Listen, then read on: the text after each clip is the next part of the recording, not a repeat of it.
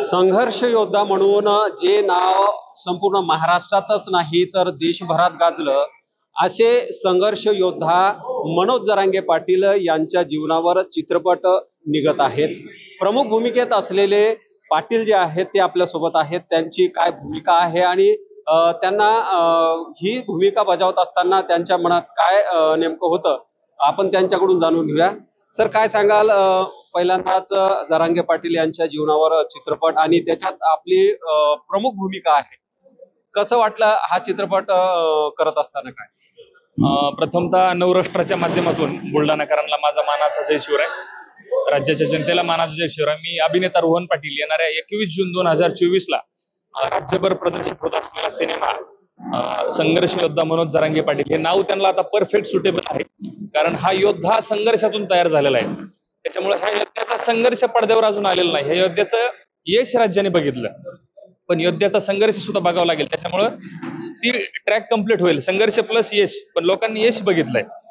आमचा हेतू एवढाच आहे की जरांगे पाटलांनी हा लढा कसा उभारला आणि जरांगे पाटलांना मराठा समाजासाठी का लढावं वाटलं। कारण आपण समाजामध्ये पाहतो की प्रत्येक माणूस हा स्वतःसाठी संघर्ष करतो, स्वतःसाठी मोठं होण्यासाठी पळत असतो, पण समाजामध्ये जरांगे पाटलांसारखं एक असं व्यक्तिमत्व आहे की स्वतःची शेती विकून, स्वतःचं घरदार विकून समाजासाठी संघर्ष करणार हे व्यक्तिमत्व जरांगे पाटील। आणि अशा व्यक्तीचा लढा हा समाजाच्या पुढे आला पाहिजे, कारण एक प्रेरणादायी गोष्ट आहे। आपल्या 100-200 वर्षानंतर आपल्या पुढच्या पिढीला सुद्धा जर जरांगे पाटील समजून घ्यायचे असतील तर एकमेव असं माध्यम होतं की ते चित्रपट लाईन, की जे आपल्या सर्वांना जिवंत ठेवणार आहे आपल्या नंतर सुद्धा। त्याच्यामुळे आम्हाला असं वाटलं की जरांगे पाटलांवर सिनेमा बनवा। त्यात त्यांची भूमिका मी खूप चांगल्या पद्धतीने पार पाडली। माझ्यासाठी खूप चॅलेंजिंग होतं, पण आनंद ह्याचा होता की जरांगे पाटलांचा जो लढा होता तो मला योग्य वाटला होता। त्याच्यामुळे भूमिका मांडताना मला एक तळमळीने ती भूमिका मांडली, म्हणजे एक कलाकार म्हणून नाही तर एक रोहन पाटील म्हणून ती भूमिका मांडली मी। त्याच्यामुळं हा सिनेमा मी नवराष्ट्राच्या माध्यमातून मला राज्याला सांगायचं की मराठा समाज ह्या सिनेमाला डोक्यावर घेणारच आहे, पण इतर समाज सुद्धा डोक्यावर घेणार आहे। कारण आम्हाला ह्यातून एकच दाखवून द्यायचे की तुम्ही संघर्ष करायचा असेल तर तो कसा करावा, तो जरांगे पाटलांसारखा करावा। त्याच्यामुळे प्रत्येक माणूस ह्या सिनेमाला बघणारे, डोक्यावर घेणारे, आणि सिनेमा बनवतानाच आम्ही असा बनवलाय की सर्व जाती धर्मातले लोक हा सिनेमा बघतील। त्याच्यामुळे मला आपल्या माध्यमातून सांगायचंय की येणाऱ्या 21 जूनला आपल्या परिवारासह आपण हा सिनेमा बघा, पुरेपूर जरांगे पाटील जाणून घ्या, आणि मी आशा करतो की आपण सगळे बघाल।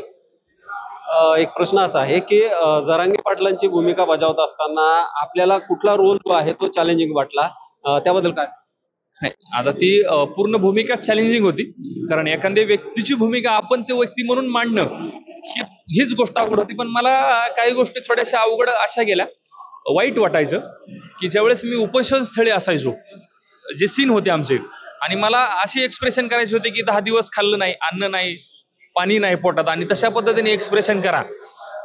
ती जी जाणवायचं ना की आपण फक्त ऍक्टिंग करतोय तरी एवढा त्रास होतोय, तर ऍक्च्युअली जरांगे पाटील हे कसं करत असतील, ह्या ज्या गोष्टी इमोशनली होत्या, त्याच्यामुळे ते वाईट वाटलं। कारण ऍक्च्युअली आपण त्या सिच्युएशनला बसल्यावर जाणवतं की ही परिस्थिती काय। त्याच्यामुळे उपोषण करत असताना सगळ्यात भयंकर गेलं।